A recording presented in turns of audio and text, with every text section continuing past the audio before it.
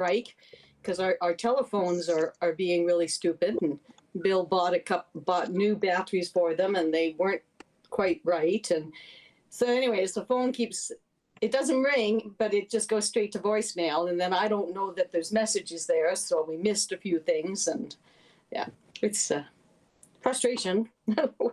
This is all recovery since, was it a lightning strike that came down the cable line? That's what It was an impulse from the lightning strike. It was, the cable. Okay. Yeah, we got a electromagnetic pulse down the thing. I now have it grounded, by the way. Yes. Oh, it was a pulse. Yeah, like an EMP, but it came through the copper instead of through the airwaves. It came through the coax cable. Yeah. So anything that was hooked to the coax cable was dead. It wiped them out completely. But the coax cable, when the guy came, he tested. He says, "Oh, it's fine. You got a signal. Everything's great." They never did it, but they replaced the router and the modem and the cable box. Well, that explains why anything connected to the router could have been affected as well, huh? Because any kind of metal connection would have carried that pulse. Well, it's interesting though. Like, okay, so the base for the telephone was fried. But we have 4 remote ones, and they're in their own little bases, but they're not the one that was connected to the thing. And we thought they were fine, but as we went along, we discovered that their batteries had been compromised, I guess. Well, the other one that gets me is the Ring doorbell, Bill. How come we can't get it to go? I think that's a different issue altogether. I was just going to say, it's amazing how complex we've made everything. Hello? Can you hear us? Oh, it's Cheryl. Well, that's a crazy amount of fallout from having that experience. Hey, Jim, welcome.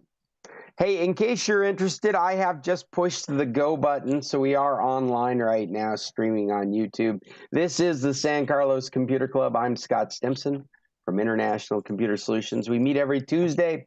We follow some kind of order, sort of, and try and talk about tech topics, regardless of climate and politics and Maui burning down.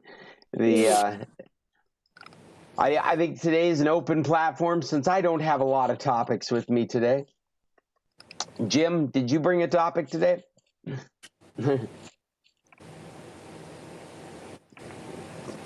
I see a finger up. Did. Oh, excellent. You remember, a couple of weeks ago, we were talking about the fact that my printer was offline. I couldn't get it up and running. Yes. And you pointed out that I should look and see whether the Wi-Fi light was lit. Yes. And it was not. Okay. Subsequently, I went through and tried to set that up, reset the wireless settings. And it didn't recognize my network. Okay. And I don't know why. And anyway, and I just had not had a chance to bring that up again. So that's where I am with that printer. Did you call your printer helpline? No, Judy, I don't think I'm smart enough to. When I had a problem with my other HP printer, I had to or maybe it was the other Canon. I had to actually go through their helpline, and they had to connect it for me. Really? Well, I'm making a note about that. It also seems like both Canon and HP have generic web pages to go to get you started, regardless of the printer, regardless of whether it's wired or Wi-Fi. Let me see, what is that? I'm trying to Google it right now. Is it an HP or a Canon or an Epson? Mine's an HP. HP. So mine kept saying the Wi-Fi network was busy, and it had to do with the way it was trying to connect to the Wi-Fi network. so they had to bypass that, and that's. Well, that's kind of similar. Mine's not busy. It's just it gives me two options, neither of which are my networks. Mm-hmm. Well, oh, you we'll don't find see out. your network. You see two other networks. I do.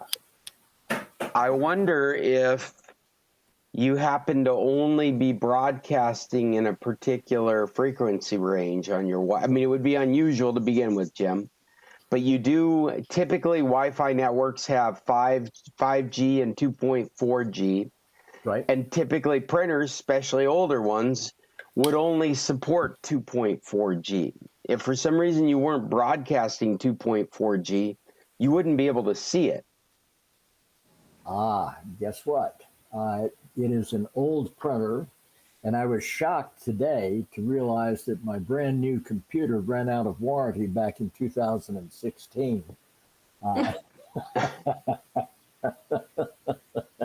But I'll bet you that's it, because I'm broadcasting in 5G, I'm sure. At least that's the primary network for the house.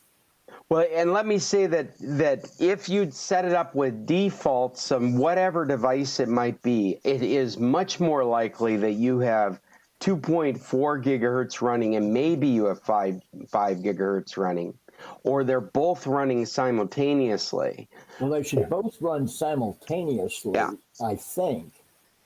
Yeah, and the only way to be aware of that is the more modern, like since, I don't know, last 10 years or so, there's these schemes that are addressing the network name as the same name for both. And your router can decide which one your device is connecting to if it supports both. Well, but there's network names are different. They are different. Yeah, but they're very similar. One is just references 5G, and the other one references 2.4G. So are you saying that your printer doesn't see either one of them? Neither one. Now that's weird. But it does see other networks. Yes, it does. That's very, very weird. Yeah, what does that mean? And you and I have hooked this computer to that printer in the past. So while it's new, it doesn't mean that while the problem is new, it doesn't mean that the equipment like it's worked in the past. Incompatible, yeah. Yeah, it's worked in the past.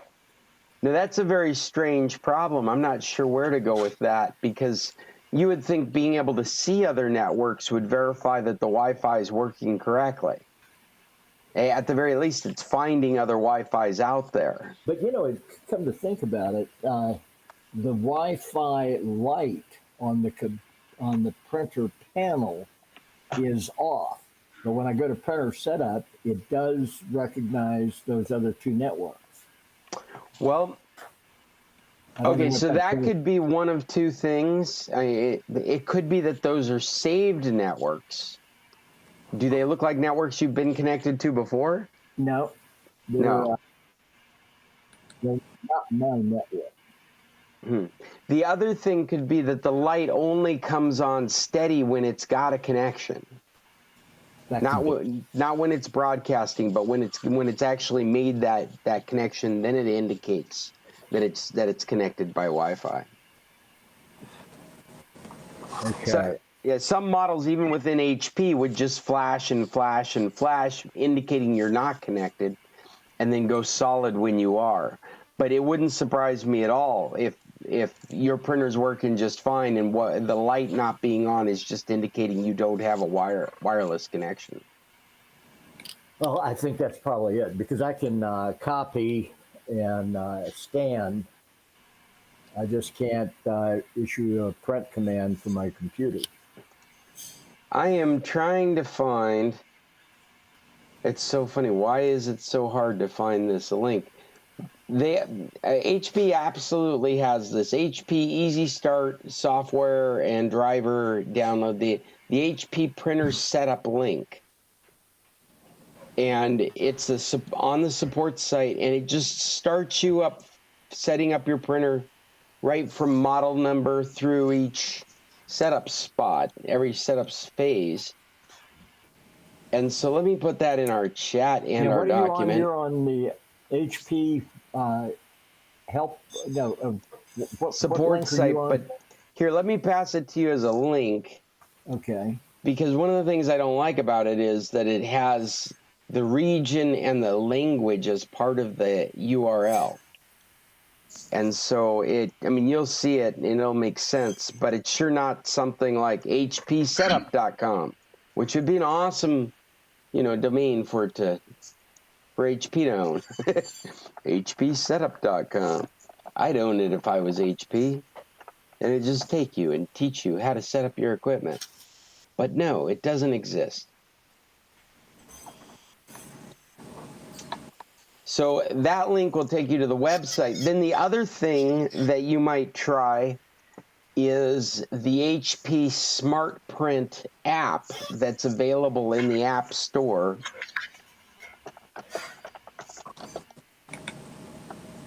If you go to the Windows Store, you can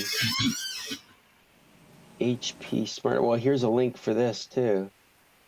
It probably invokes the Windows App Store. But that SmartPrint app is a Windows-based app that goes out and searches for any indication that you have a printer and walks you through how to get it set up. And I'm not saying you're going to be successful with either of these, because I've been successful with one versus the other many times, and I've fought it when I've been unsuccessful with both. But they're both available as helping tools. This is the other one. So there's hpsmart.com, and there's the support.hp.com. I guess the third would be to go straight to the Windows Store and download HP Smart, and then start going through its interview.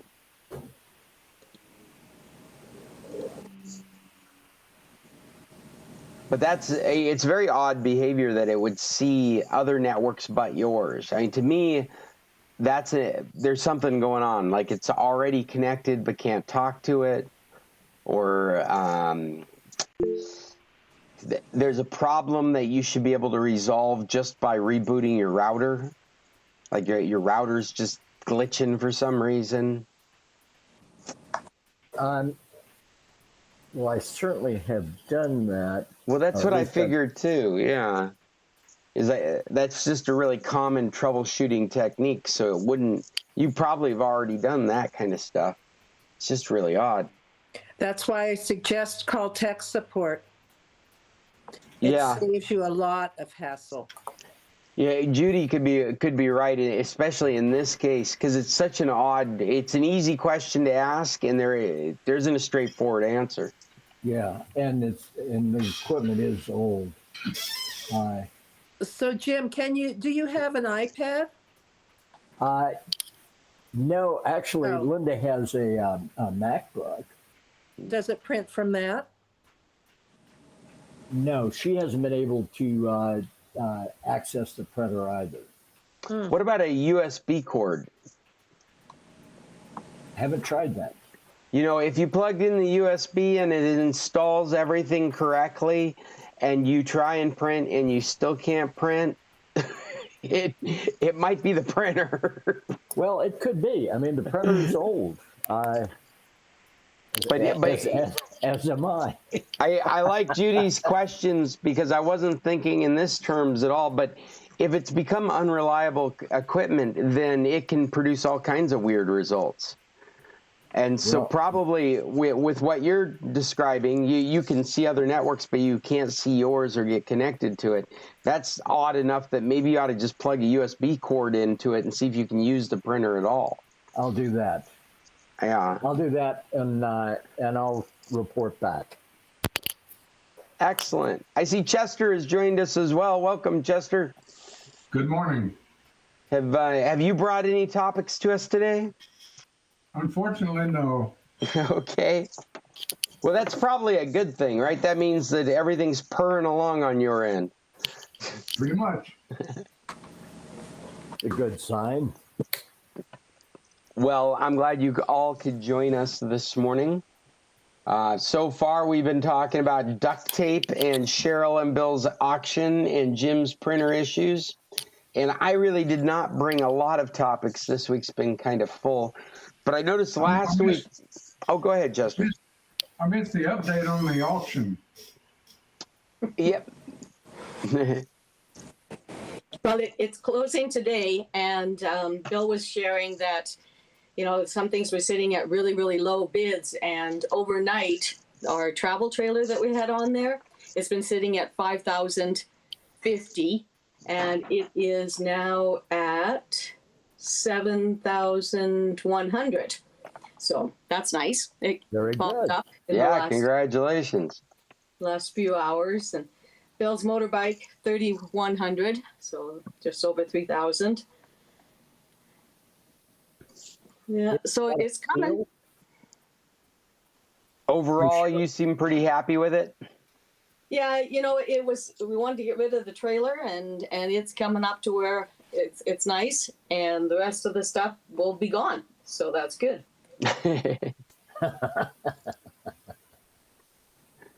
That's a good attitude. I liked that from last week. And so, well, just think about it as getting paid to have somebody haul it off. Bill has a lovely black velvet sketch of a woman sitting on a beach with mountains in the background. It's a kind of like it's black velvet nude. Excuse me, it's my velvet nude that every man cave has to have at least one. And it doesn't have a bid on it. And by the way, that goes back to the 60s. Yes. Yep. Oh yeah. I had a friend. And nobody wants it. What you're saying is nobody wants it. So nobody is bidding on your black velvet nude from the 60s. Well, Gotcha. for the first week, it was like a X'd out thing because they put in the description, nude, black velvet nude, woman. And I said, you know, maybe we should take the word nude out so that they can actually see it, you know, because it got bleeped out somehow. And anyway, so we finally got it back up and showing what it actually is. But yeah. That's it. I thought that was just an interesting marketing technique. You say nude, but then the pictures are yet to come. People are just bidding on it, waiting. Nobody did. So the other thing is we've had all these, you know, we've got a whole pile of camping chairs, you know, the ones that you scrunch up and put in the bag and carry to the beach. So there's 7 of that style. And there's also 7 of the director chair style ones, some with tables, some without. So we have 14 chairs. So we put them in 2 different lots. The 7 fold up ones, nothing, no bid. The 7 that open up, the minimum bid was $10. You know, I thought we might get something like that. It's at $55. So they're fighting over your disposable chair. You know, so who knows? You know, Bill had a couple of motors and a gear reduction box that he thought for sure, you know, anybody that needed that kind of thing and saw that, they'd be bidding on it. Nope. Well, auctions are often like entertaining consumer affairs, right? Like there's an element of it that is entertaining, kind of like the same way people go to the mall to shop. It's an activity that they're doing for entertainment.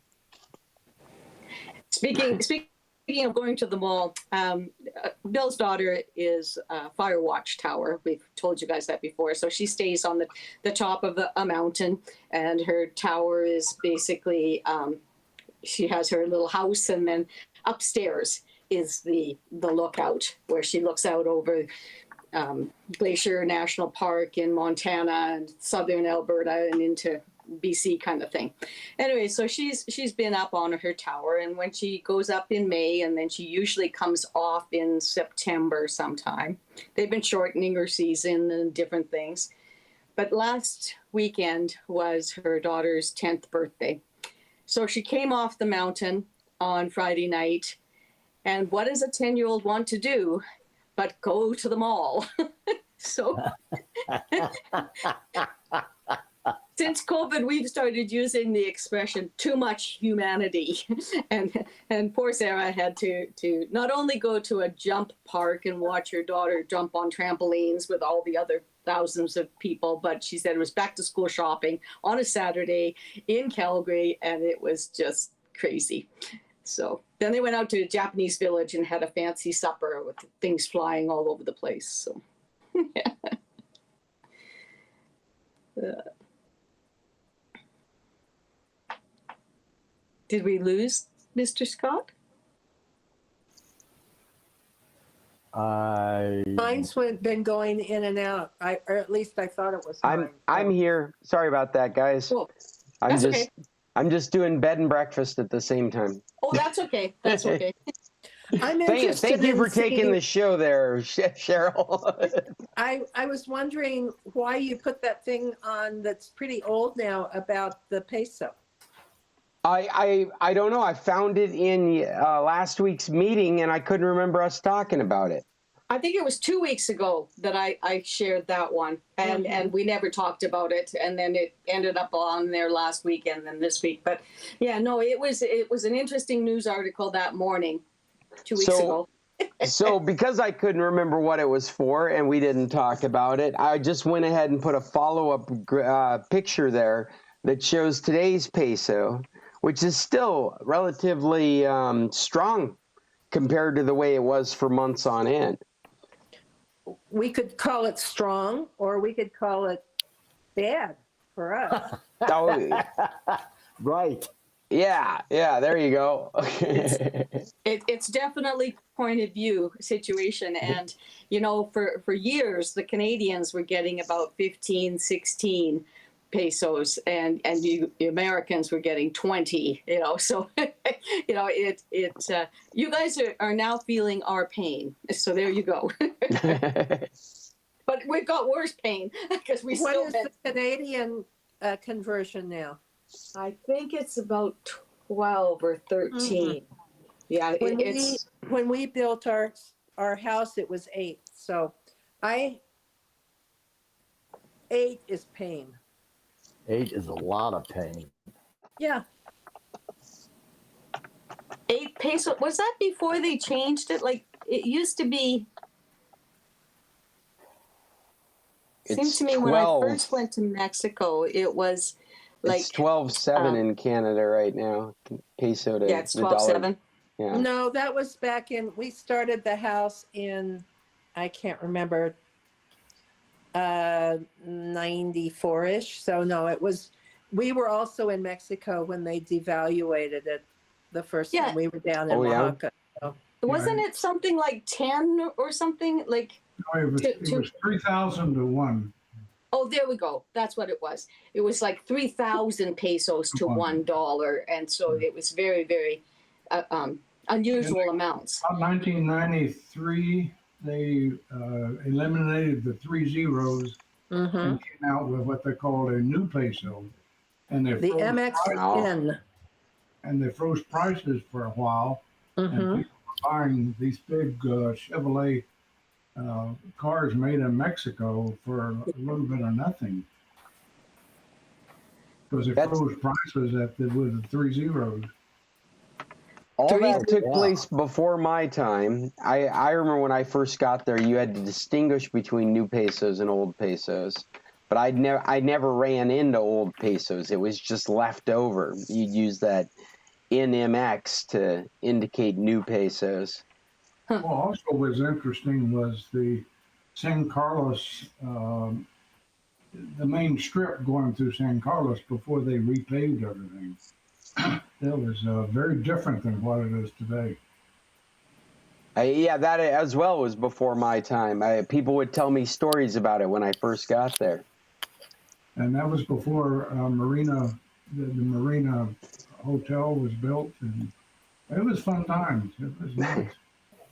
I brought it. Google doesn't have Canadian to Mexican peso data going past 2003, but it was 8.5, 1 to 8.5 back in 2003. Looking at the peso, Canadian dollar to the peso. Just interesting. Well, another thing that I thought was interesting is that Samsung has just announced a 256 terabyte SSD drive. I don't know if you guys have seen this style of drive. This has become the style standard for slim form factors. This is called an M2 drive, and it's quite literally a stick of memory that you slide into a slot. And we've been doing this for about 10 years, but now it's really becoming a mainstream device. It started in the Macintoshes as far as at the consumer level, but then it has moved on into the PC world. And it is a very common way to buy your secondary storage is on one of these small little cards, not much bigger than a stick of memory. So though this has been around since 128 gigs, what's unique about this is an offering of 256 terabytes. I mean, just if you can imagine, like this is an impressive form factor for 1 terabyte because it's about a third or a fourth the size of a traditional hard drive physically. And then to pack in that package 256 terabytes, that's a data center's worth of data. They also, this new technology will allow it to use this scalable technology they call petabyte scale ultra high capacity. So they're going to be able to bring these in a matrix to bring up your secondary storage to petabytes size. I mean, it's a terminology that none of us grew up with. It's for the amount of data they're talking about.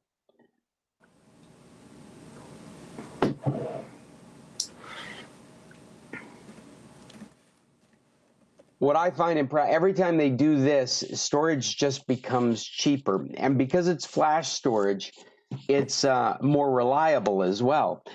The other thing that I really like about flash storage is that it typically fails open, which in my mind means that you can still get at the data even though you can't save any more data. And I think that's a particularly interesting characteristic as you wear on this technology versus the spinning disk technology. As the traditional hard drives go on in life, they literally wear out, kind of like your tires on the road. Just being a moving device causes them to start failing. And at some point, you have to take your data out of that device and move it to another device because it has worn out. With solid state devices, wear is represented by how often you can save to it. And so as you wear the device down, you wear your ability to put new information in it. However, if you have not suffered a tragedy like Cheryl and Bill has with a pulse that has burned out all their equipment, if that's not the reason, if it is wear, then these devices typically are accessible.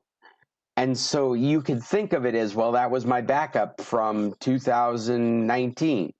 And you put it in a drawer, knowing that those pictures you could just plug in and get that information back later. Because even though you can't continue to use it as a hard drive, you can continue to use it like a big DVD. So every time they scale this stuff up to higher capacities, that means that us in the consumer space have higher capacities at much cheaper rates. And I think we're about to do a pendulum shift where are you going to be doing cloud services for your backups, or are you going to have 2 or 3 of these ultra high capacity drives in your life maybe even because of the amount of space that's going to be available out there, it's not hard for me to imagine a data center that would offer to host your drive for you. So you'd get the best of both worlds. You'd have your own hardware managed by a data team that would be backed up, but encrypted only for your eyes. It would be easy for them with this kind of form factor to offer a service like we'll fill it up and send it back to you.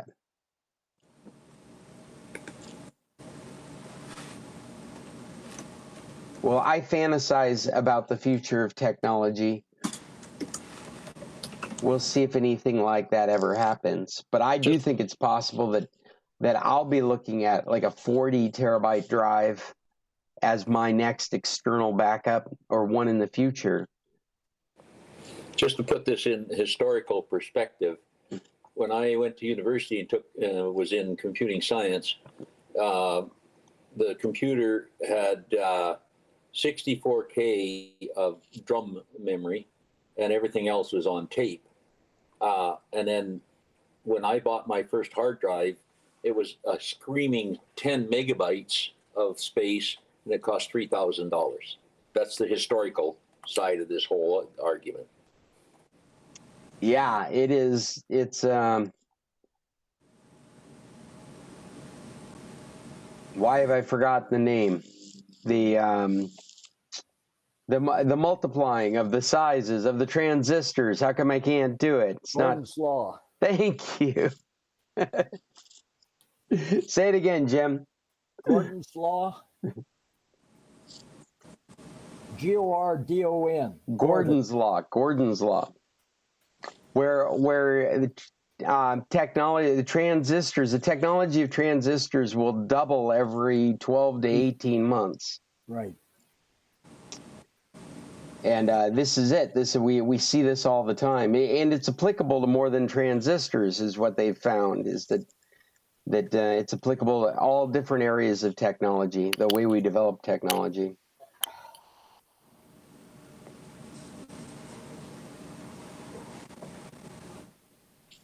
Well, what else did I bring today? It's like show and tell. I didn't bring enough toys. Oh, I did find this article on e-bikes fascinating. It is a long read. There's a lot of information in it. And it's a little convoluted. But essentially, there are e-bike companies that are trying to stop right to repair laws in the United States. And the article goes into the grassroots organizations that have been fighting for e-bikes and right to repair at the same time, and refuting the claims that repairing e-bikes can be dangerous. Whereas the other side is using the typical playbook of danger. It's the same thing that Apple has done for years, is that we don't want people to get harmed by the products. And so we want to make sure it's safe by authorized dealers.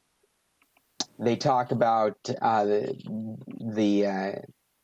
convolution of battery repair, and how nobody's fixing batteries. There is this battery system in place for standardized batteries, and there are good companies in the market making batteries.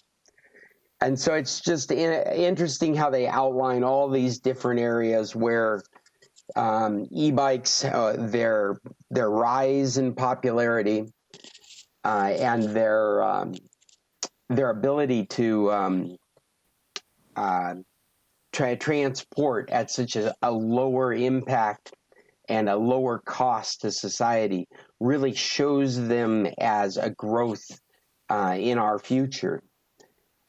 These right to repair bills can be used to stop the widespread adoption of unstandardized e-bikes in large cities.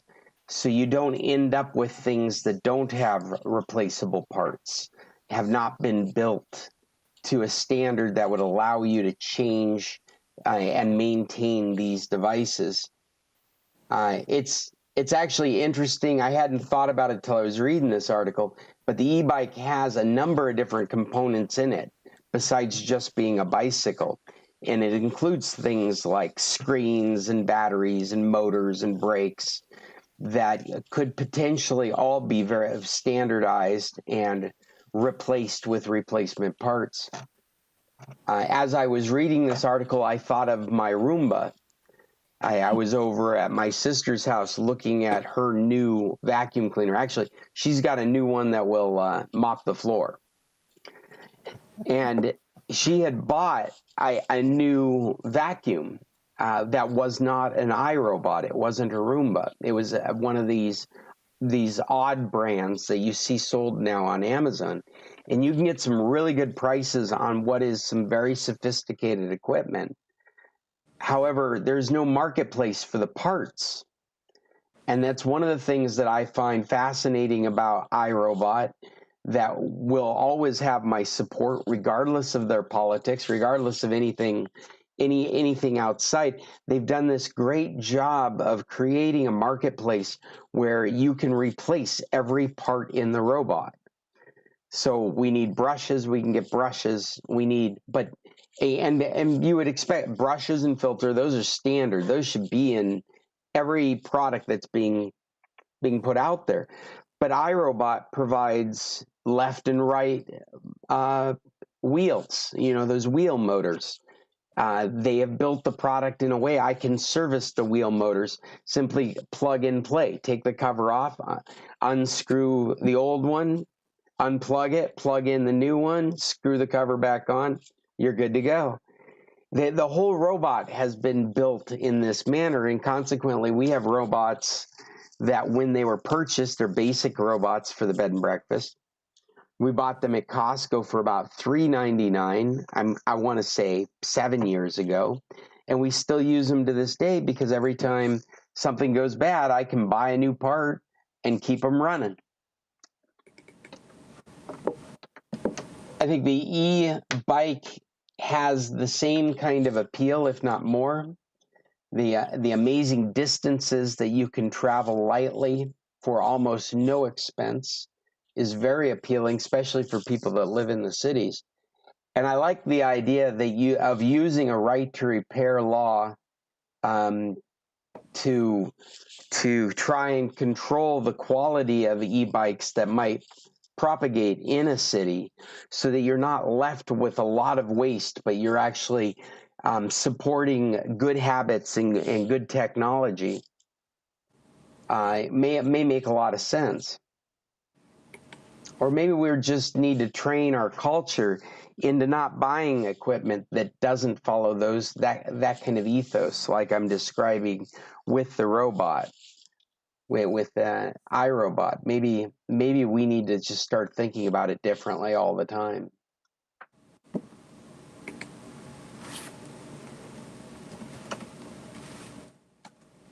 Well, there's a lot to unpack in that article, and it's definitely a very interesting read.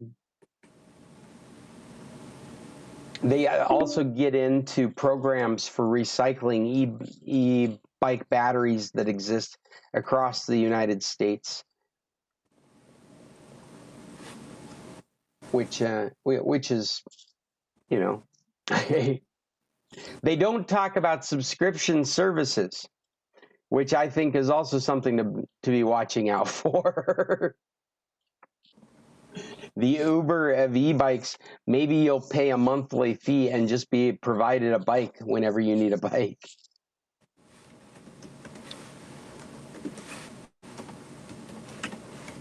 Well, e-bikes have gotten kind of popular here in Alaska. We've got a couple of shops that rent them to tourists here in Anchorage. And it's an amazing way to do miles of coastline. I don't have any other topics with me today, and nobody's interested in e-bikes. So what's anybody else got?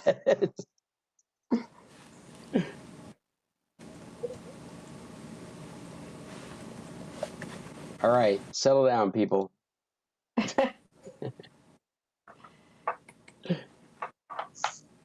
Nothing. Our meeting is going to end in 15 minutes. If we don't have more topics, we might be done.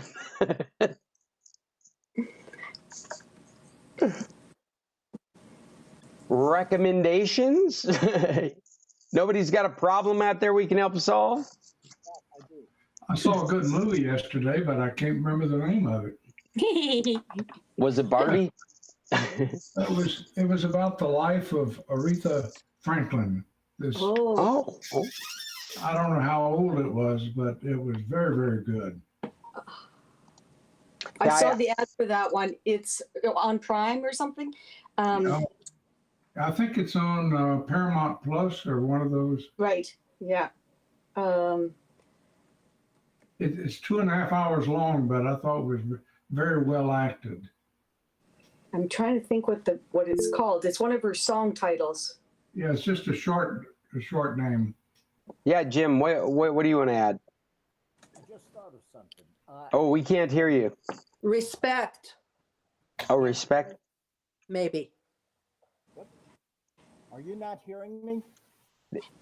We can barely hear you. You're really low volume, like something's failing.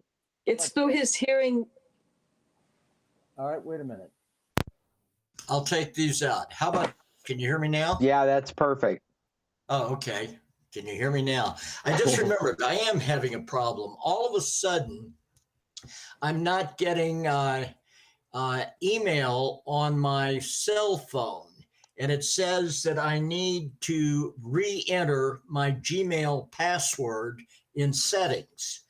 I don't know how to get to where the Gmail password is in settings. I have changed my Google password several times, but I have no idea what my old Gmail password might have been. Any recommendations? Well, wouldn't your Google password be your Gmail password? You're not using more than one Google account, right? That's correct. Okay, so you've changed it, so you've got it saved in various locations in your life under a different password now. And so do you have an iPhone or an Android phone? An iPhone, and it's an iPhone 14. Okay. And is this when you try to go to your contacts to update your contacts? No, not my contacts. That's what's happening. That's what's happening to Bill. As soon as he tries to go into his contacts, like I've sent him, shared contacts with him, and he goes to save them, and it says log into your Google account. And why would he have to log into his Google account on his iPhone when he's trying to save his contact is a question I don't understand. Okay, I can help clear that up, and it'll probably help Jim too.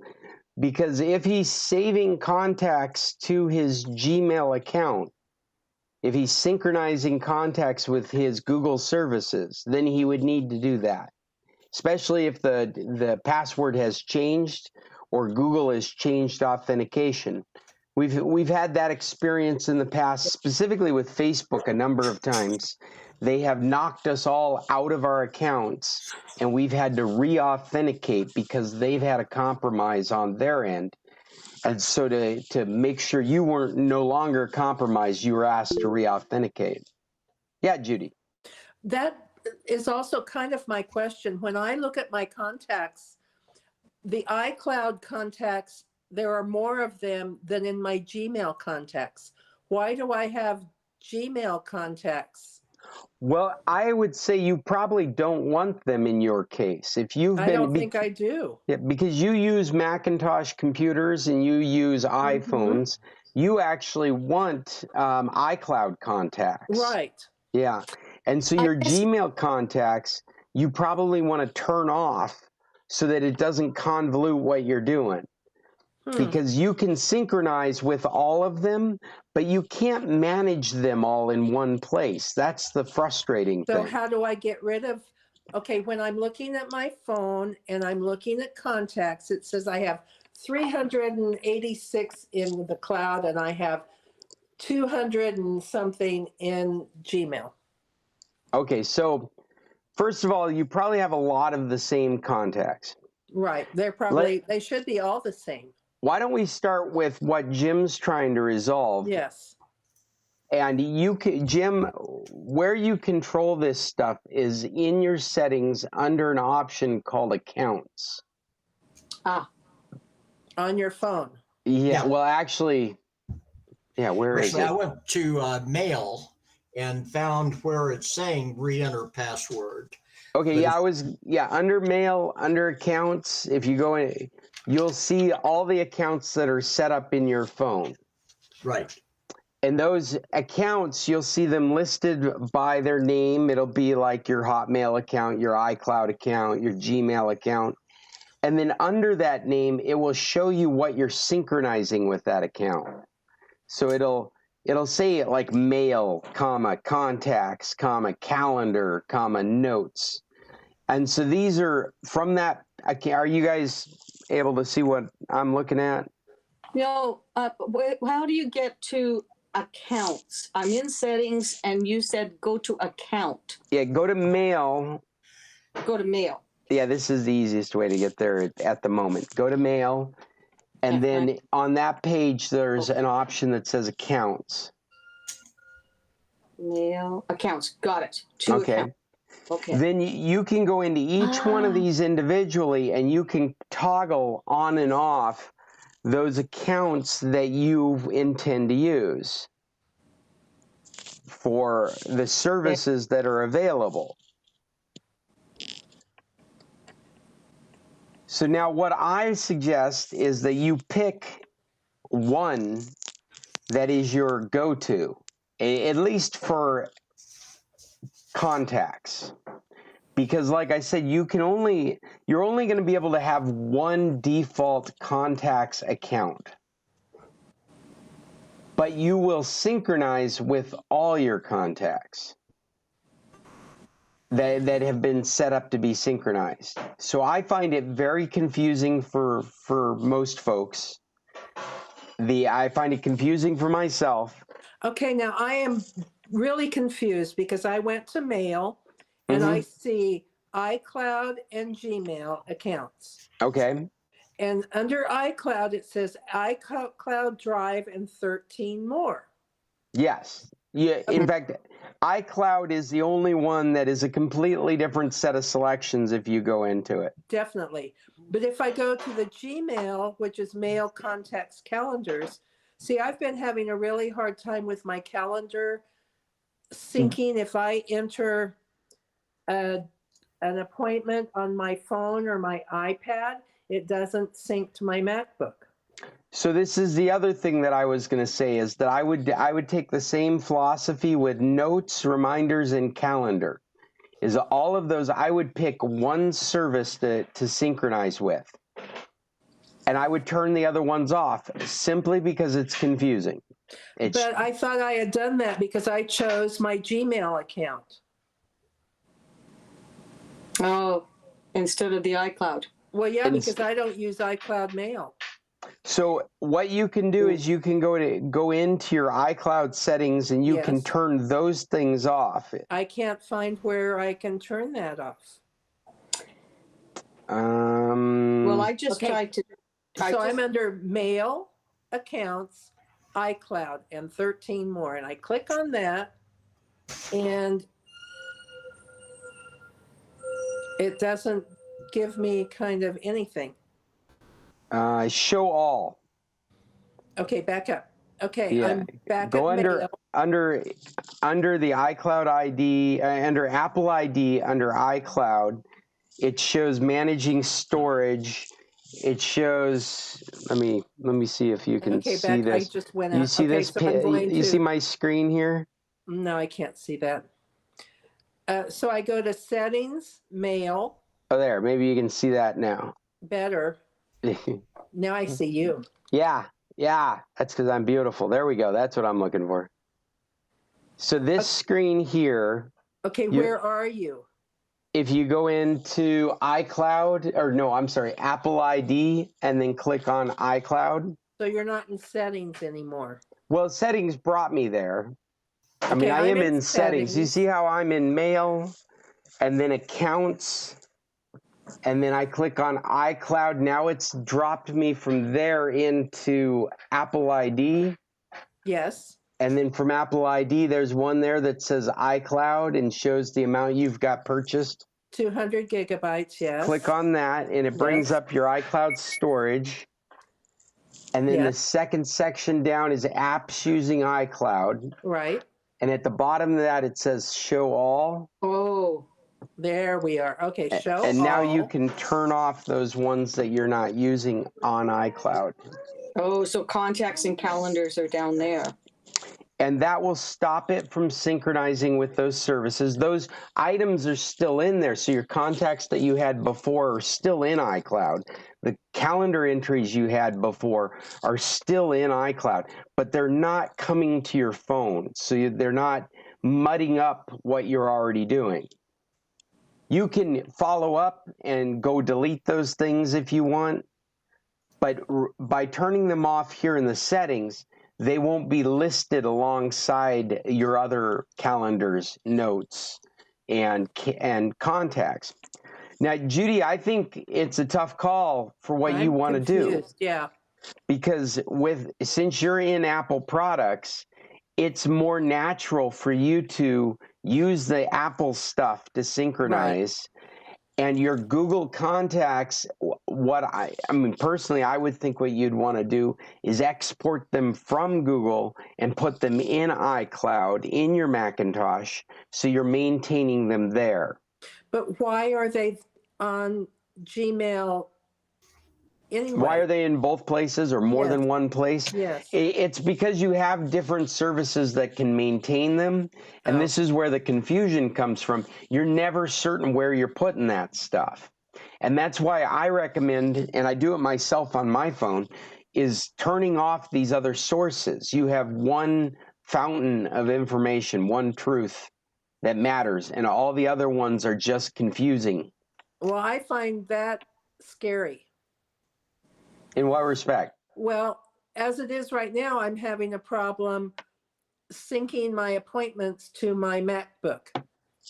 And what do you consider your fountain of truth for your calendar? Well, I set it to my Gmail account because I tried to get them all at the same thing. Okay, and so on your computer, you're doing your Gmail account. You've got both of those set as your default calendar?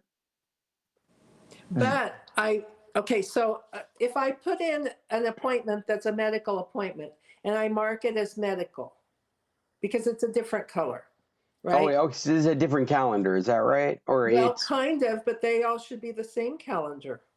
Well, you can have multiple calendars under the same service. So for example, I have a Gmail calendar that's my personal calendar. I have a family calendar. I have a business calendar, all under my one Gmail account. And it all shows up on your one when you pull up your calendar. It's all there. That's right. Yeah. But if you're also synchronizing your iCloud calendar, you can have that as well. And the iCloud calendar can have half a dozen other calendars as well. So you can end up with 12 calendars in your phone. Our call is ending. This call is ending. I guess we are going on to the next meeting. I'm pulling it up now.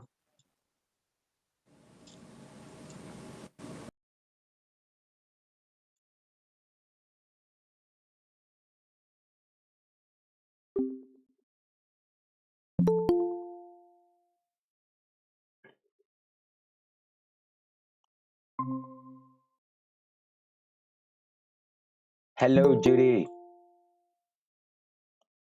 Oh, I'm not able to hear again. I'm going to leave and come right back. All right, I'll be right back. Hi, Judy.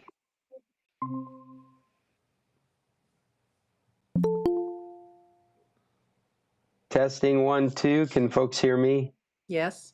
Good. I can hear you guys too. Yeah, I don't know what that's all about though. Every time. I don't know. It happened to me twice during the call, so I had to go out and come back. But anyway, this is too confusing for me to think about right now. I am just really annoyed with my MacBook about it. Well, I think the way to be successful is to pick one source of truth. It's your Google Calendar, or it's your iCloud's contacts, and you can intermix them if that's the way you work. But I find that even more confusing. And I think there are certain services from iCloud. I'm probably really confusing because I use Microsoft services and Google services. I use Apple services. I've got an Apple computer and a number of Windows computers, and I've got an iPhone. And what I decided years ago was that Google will be my source of truth. And so the only calendars I turn on come from my Google accounts. And as you can imagine, I've got more than one. I've got for the bed and breakfast. I've got for the computer club. And I allow those calendars to all come into my phone because I want to see everything. That's what I thought I did by choosing my Gmail email account. Well, you should have. I would double check to make sure that your calendar Okay. And is the other there. thing is if I make a contact on my iPhone or my iPad, it did not go to my MacBook. And this is the same discussion. Okay. Is that your contacts, your Gmail accounts, your contacts, your email account, your notes, your reminders, and your calendar, you should choose one source of truth. It doesn't have to all be the same service, but I find it less confusing when it is the same service. It should be based on probably your previous use. I came from an Android world and chose Google back then, and I didn't want to switch to an Apple world. Been a Gmail account person. I didn't switch anything. That's fine. That's another reason to do it. But it's just changed. Well, it changed when anytime you buy an Apple device or bring up a new device, they always get you back into iCloud, and you have to always turn it back off. Okay. And you only want to turn off those things that you do. You want everything for iCloud on, except for those certain things that you're not doing with iCloud, like calendar, like reminder, like notes, like your contacts. All right, Cheryl, you've got your hand up and you're bouncing up and down in your talk window. What's going on? When you go to calendars, and when I go to my calendar on my iPhone, I go down the bottom and it says calendars. I open that up and I've got like 15 turned on. And so I have to go in there as well and turn things off. Like my email, my iCloud is in there. So it could be taking it from there as well. It's the same thing. Now, what happens is that if you've chosen to synchronize those calendars of different services with your device, then when you get into the calendar app, you can choose to expose those calendars. You're still syncing with them, but you put a check mark next to the calendars that you want to see on your device. No, I don't see that. Now, what I'm saying is don't get to that place where Cheryl is, but exclude those other services by not including them in the synchronization. Then they won't even be options to have visible on your device. So, like I mentioned, you could have a holiday calendar, you could have a family calendar, you have a business calendar. All of those come with one service. You could have multiple services. So you could have a half a dozen calendars on half a dozen services coming into your device. Now, if you've got a half a dozen services coming into your device with half a dozen calendars, you could go to the calendar app and you could unselect the calendars that you don't want to have appear in your device, but they're still in your device. I'm in settings, and if I go to calendar, I don't have those options. No. You have to go to accounts. Not in accounts, sorry. Okay. Yeah, I'm in the actual calendar, not in the settings. And in accounts, under whatever service it is you're using, there is a toggle on or off for each one of those services it's giving you. And I would turn them off for every one that you're not using. So it's not even an option. When you're looking at calendars like Cheryl is, she's not accidentally looking at her iCloud calendar or not accidentally looking at her Hotmail calendar. It's not even in the phone because she just chose not to have those calendars come into the phone. And tell me again how I got there again. To accounts. Yeah. Settings, mail, or I think calendar will take you there. No, it does. Yeah, if you go into settings for calendar, the third thing down is accounts, and it's the exact same thing. If you go into mail, accounts too. Yeah, you've got 2 accounts, and just turn them off on the one that you don't intend to use. Okay, but if I click on accounts iCloud. Yep. You go back to your Apple ID, and then you go down to iCloud where it shows the amount. Yes. And then you go down to show all under apps using iCloud. Okay. And then there you get the toggles that you can turn on and off. Okay. There's calendar and contacts. Yeah. Yep. Okay. And how this affects Jim is that area of accounts that we've been working on. Whether you go into settings under calendar or settings under mail, you will find that account setting, and you go into accounts, and it won't let you go farther making changes until you update your password. So you go into accounts and you choose your Google, the one in question, and it should immediately ask you to reauthorize it.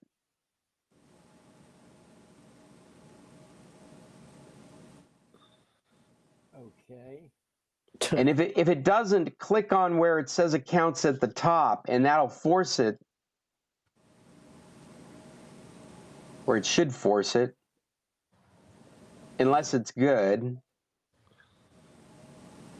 So I turned off stocks, and then when I tried to turn it back on, it tells me existing local stocks. Would you like to merge the data on your iPhone? I'm on my phone. Okay. So I don't understand all this stuff. Yeah. Well, when what has happened is when you turned it off, it left stock information on your phone. But there is no stock information. I don't ever use it. That's why I turned it off. Would you stop talking like a sensible person and talk like an engineer? Okay. Okay. I'll listen like a kind of a nonsensible engineer. Because there was information associated with that program, whether you use that program or not. There's the default information associated with that program. And it's been left behind so that if you turn on that program without synchronizing it with iCloud, it still has the same settings that it had before. Okay. In this case, it didn't have any because you don't use the app. Right. When you go to turn it back on, the phone recognized that there's information on the phone and in the cloud still, because it didn't try and delete any of that information. So it's just asking if you want to make a merger of those two things. Oh, okay. Yeah. And if not, it's just going to delete one of them. And it doesn't matter because you don't use that app anyway. Jim, were you prompted to put your password in again? Yes, I was, and I did, and I got into my Gmail account. But when I went back to my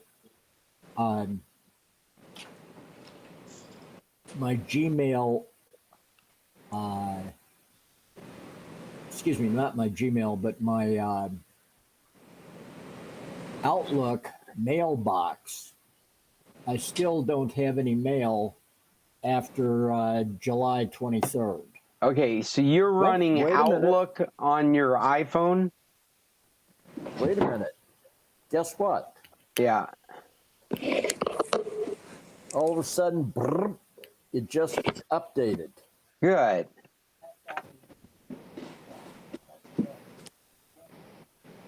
I'm shocked. Try to print something. Well, now I'm hurt.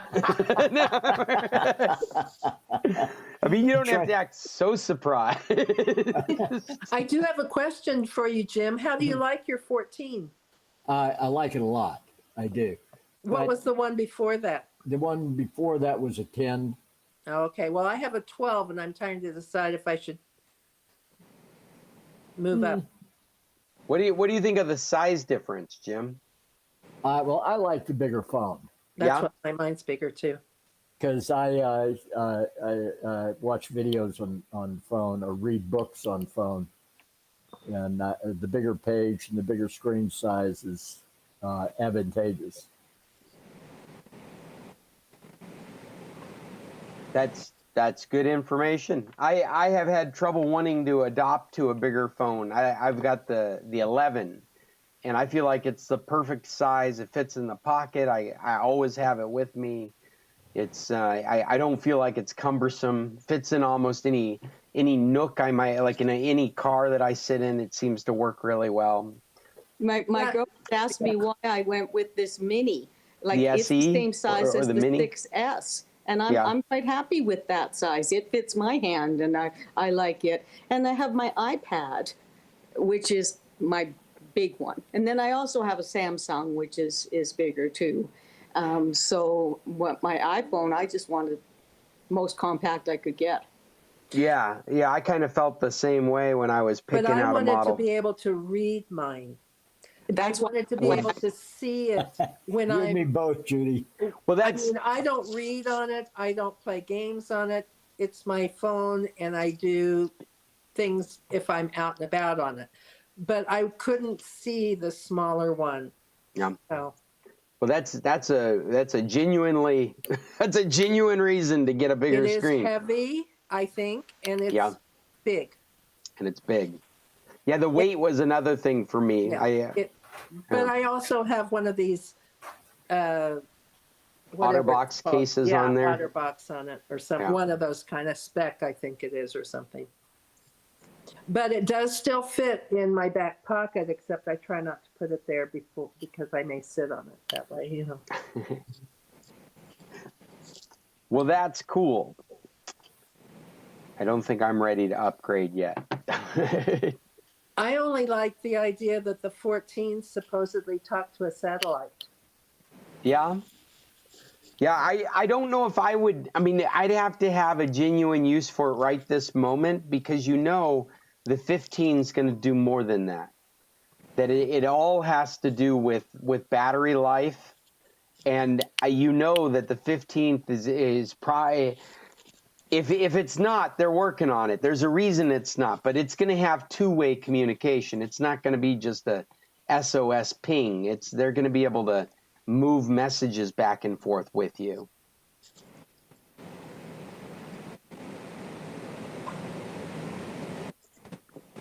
Well, we'll see, because they're going to be announcing that shortly too. Guys, I feel like we've reached the end of our meeting. There are a couple of recommendations that we put in here earlier. And Cheryl added, what's that? I have to go, so I'll see you guys later. All right, Jim. We'll see you next week, hopefully. Cheryl, we didn't get to your recommendations, but I think Painkiller is an awesome recommendation. Painkiller, I binged it until 3 o'clock in the morning. I just could not leave it. But 6 episodes, I think it was, and all about the OxyContin and that pharmaceutical. It was heartrending. It was awful. We watched the one from last year that I'm having Dope Sick. That was the name of it. Yeah. And this version of this story does such a better job of making it clear how much danger this pharmaceutical company put people in just for profits. The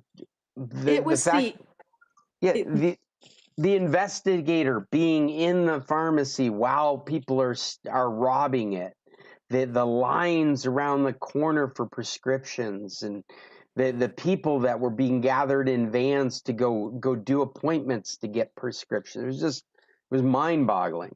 Yeah. And then something just happened.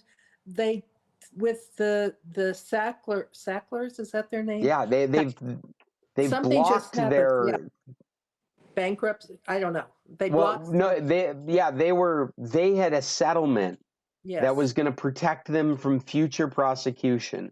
And they were going to pay out a lot of money, and they weren't going to go to jail.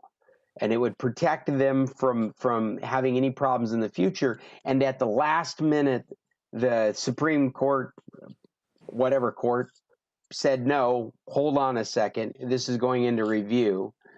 And I wonder, I told you, I wonder if it's because this show's come out that some influence in political circles has slowed down this whole process, because there are people out there that want to be able to prosecute them more in the future. Well, there's that, but the thing that, you know, the stories of the people that were addicted and everything, that those are awful things to watch, and to see the struggles that they did, and a lot of them didn't make it, even if they were, you know, were fighting it. The other side is the girl that got sucked into selling it and promoting it, and that whole world. It was like what I call the Tupperware. You know, get them addicted. The hubris of money. And everybody, that whole, there's a word for those kind of, where you recruit other people to sell under you. Pyramid scheme. Well, a pyramid scheme is different. That, you know. Not really. No, but there's a term that they've done movies about that. And it's basically women that cults. Go into That's these what it is. things. It's a cult. It's a cult. They created a cult environment. Yeah. They indoctrinated these people to be these salespeople. I mean, you could see it with her story, the way she had this mentor that was putting things in front of her that was so attractive compared to the life she was coming from, that it had to be good. They associated making money and being successful with good. And it was like all of a sudden she found herself in the middle of this situation going, wow, this is not good. Yeah, but I'm not a bad person. Right. You know? And so actually you are. You're not paying attention to what you're doing. That makes you a bad person. Yeah, but and it just, all of it, and the whole scene, it just, That one doctor that said you're a drug pusher with a ponytail, I thought was just like the perfect description for those people. Yeah. Was just like they're really called detailers, and all pharmacy companies have them. They go to the doctor and tell them any new products and stuff like that, and sometimes it's perfectly legit, you know. But the way that movie portrays those people, that was really in left field. You know, they were just pure profit motivated and willing to push something that wasn't true. Yeah, I'd like to believe that's accurate for this company, that's the way they were behaving. And you know, in the show Big Bang Theory, Penny and that other girl were detailers. They were going to doctors and telling them about the products of their pharmaceutical company. That's interesting, Paul. That's exactly the conversation we had over here. It's like, you remember that time period? That was a subplot in the Big Bang Theory with Penny. And to follow it through, I remember my sister was approached to do that kind of work, and she was considering it for a while, back before we knew any of this stuff that's going on. Yeah. But pretty people selling drugs.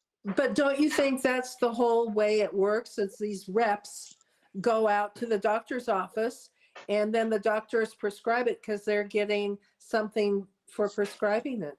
I do, Judy, and I think what Paul said was really interesting. He said it could be really legitimate. It's like, well, the problem is it is legitimate because we don't have any rules against it.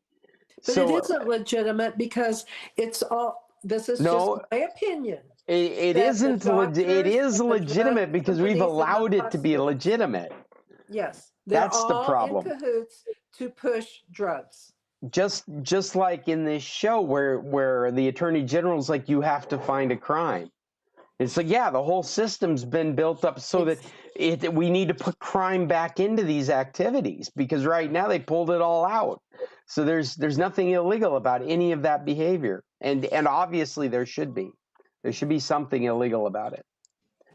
So it's called recruitment sales technique, and I'm trying to find the movie that was about it, but I'm finding all these ones on how to do it, not how awful it is, you know. So, but I thought it was maybe The Pursuit of Happiness, and in it was about how people, you know, they neglect their children, they neglect a lot of things. They get so sucked into doing these parties and these recruiting others, and yeah. Avon. Avon, yeah. Yeah. Tupperware. It's been around forever. They're pyramid schemes. It's like what's the other one? The vitamin multi-level marketing is what it's referred to, but actually in this case it's not so much, it's the techniques for recruitment. Yeah. But there's nothing multi-level about it. It's not like you're buying a bunch of drugs to sell somebody else, but they were handing out coupons. They were, I mean, that blew my mind too. It's like coupons for this pain reliever. It was a little plush animal. And a plush animal, yeah. Wow. They made their own logo. They and the tactics that they used legally, like blaming the victims, blaming the drug addicts for the problem, when they're teaching the doctors to prescribe more when there's problems. It's heinous. It gets a little political here, but our provincial government believes that they should close down all of the treatment centers and the safe injection sites, and that all of these people should be forcibly detained and to basically, you know, get them unaddicted. And it just, it's like awful. Uyghurs. They want to put them in camps and force labor on them. Yeah, yeah. Well, what does that remind you of? The United States has the greatest. The United States, Judy, it reminds me of the United States. Yeah. It has the greatest percentage of incarcerated people because they had a joint on them. Right. And some of those people are still in jail. Yeah, that's the trouble. When something becomes legalized, they don't open the doors of the prison for all the people that were. No, they don't. Some of this behavior has to result in CEOs going to jail. Like the Sacklers, people have to do some jail time for what happened. Yeah. And in this story, there's an outline, at least in one of the episodes, about your legacy, and they talk about how they've invested in art, they've invested in museums and the opera and things of this nature to buy face, to be in those echelons so that they don't get in trouble. They have to get in trouble. Somebody has to go to jail for this stuff. So the other thing that we started watching last night is Tulsa King, and it's Sylvester Stallone, and he comes out of jail. Like, we just watched the first episode so far, but he figures he's going to go into the marijuana place and, you know, offer them protection and keep them away from the police, and the world has changed, and, you know, so it's not illegal anymore, you know. That's funny. Yeah, there's a bit in Clerks 3. I'm probably not Kevin Smith fans, but it's the third movie in his Clerks series. And at the beginning, in the first movie, these characters played drug dealers that hung outside the Quick Stop. In the third movie, they've been financially successful and bought the VHS video rental shop and turned it into a pot shop. And then they still stand out in front of it and behave like they were back in the 90s. It's like, hey, this is how we did it in the 90s. He's got his trench coat open. He's showing him his product and taking the money. And they go, what's wrong with you guys? It's a weed shop. We can go inside and just buy and sell weed. Yeah. The times they have are changed. Hey, that Tesla. The other one I put on the list was it's a tech one, Heart of Stone. Have you watched that? I haven't watched it yet. It looks good though. Then I'm not going to tell you much about it, but it interesting use of technology. So. All right. Well, maybe we'll talk about it next week. See you guys. See you, Paul. You guys have a good week. There we go. We did it again. That was the San Carlos Computer Club for August 15th. If you like what we did, check out our website, scclub.org. And if you need computer solutions anywhere on the internet, try me first, Scott at internationalcs.net. Until next time, tech on.